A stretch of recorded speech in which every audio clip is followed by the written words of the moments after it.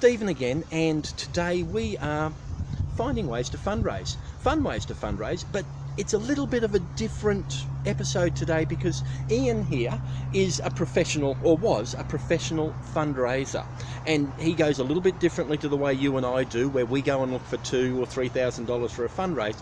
He fundraises for things like building new schools and millions of dollars like that. And the story we're going to talk about today is that it is vitally important to choose the right person to ask for the money.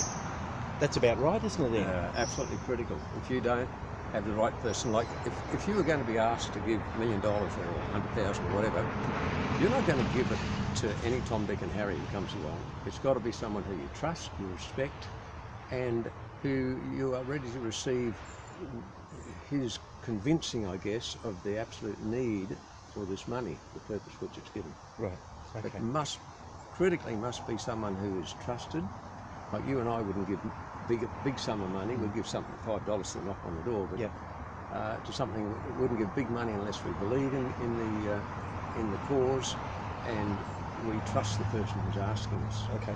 And I think the thing we're getting to here is we also want someone who can actually ask for the money. Oh, critically. I'll tell you a story if I can. A situation I was involved in some years ago, and it was in a city, and I needed I think $23 million for a major development to develop community services in a big hub with a community centre, and we researched who was the best person to do that, and it would be a person that a lot of people would know.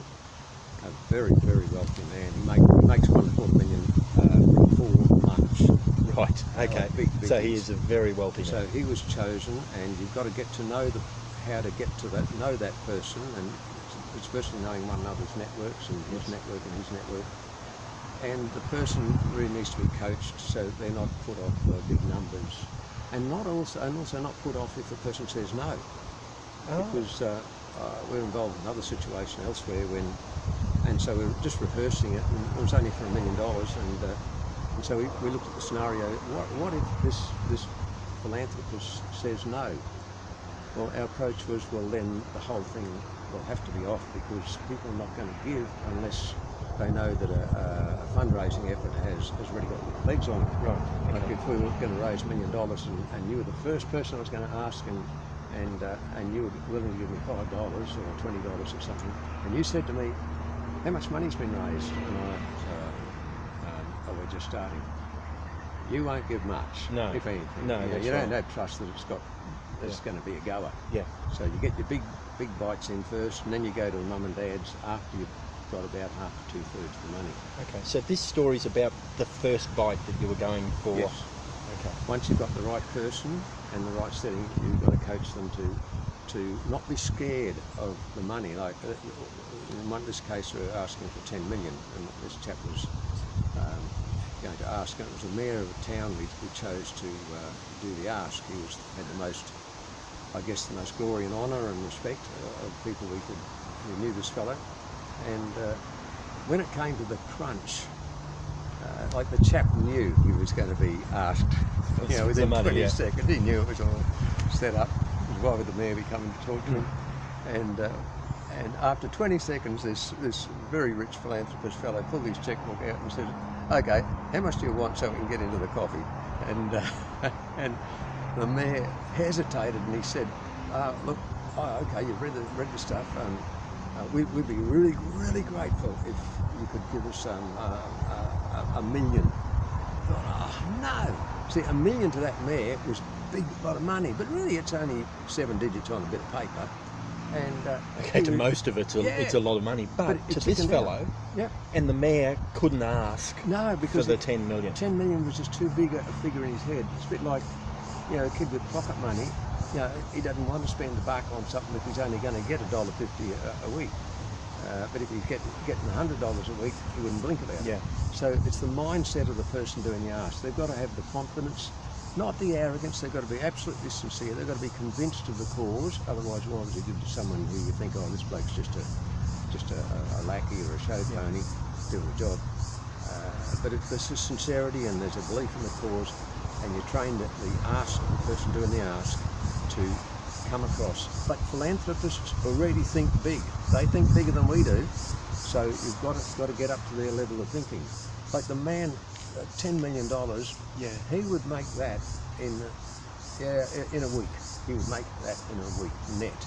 Yeah. So how big is that? That's not much. So you've got to get on the mindset of the person you're asking. Okay, now that's really big numbers, and it's probably a lot bigger than most of the people that I'm making this show for. So I'm just going to bring it back to something more down to my level. I'm standing at the Nanango markets, and the girls who ride horses for camp drafts come around collecting money. And I said, okay, how much money do you want? And the really interesting thing was they turned to me and they really wouldn't answer. They wouldn't say, I want this much money. Did they know? They that's a good point. No, they probably didn't know. But when I finally drove out of them that how much money do you want, they came up with $5. Oh. Now I'm a businessman. I'm there, and truthfully, I had $50 in my pocket, and if one of those girls would have turned to me and said, I want $50, I would have pulled it out of my wallet and I would have given it to them. And I think that a lot of us don't actually ask that question. Now, $50 is a lot less than $10 million, but it's exactly the same story. Same principle. Like a couple of months ago, I was talking with the mayor of a town in Queensland, a long-time friend, and he was asking me about fundraising. He said, we're about to do something, and I said, how much are you after? And he said, 60,000. I said, is that really enough to do anything? Like, what do you want to do as some community project? Yeah. I said, you're barely going to get one person staff member. You're not going to get the overheads necessary, the ancillaries to run them. Yeah. I said, you're not going to get anything. I said, are they going to have a car? I said, people won't give to 60,000 in a community of your size because it's chicken and selling lamingtons. It's too small.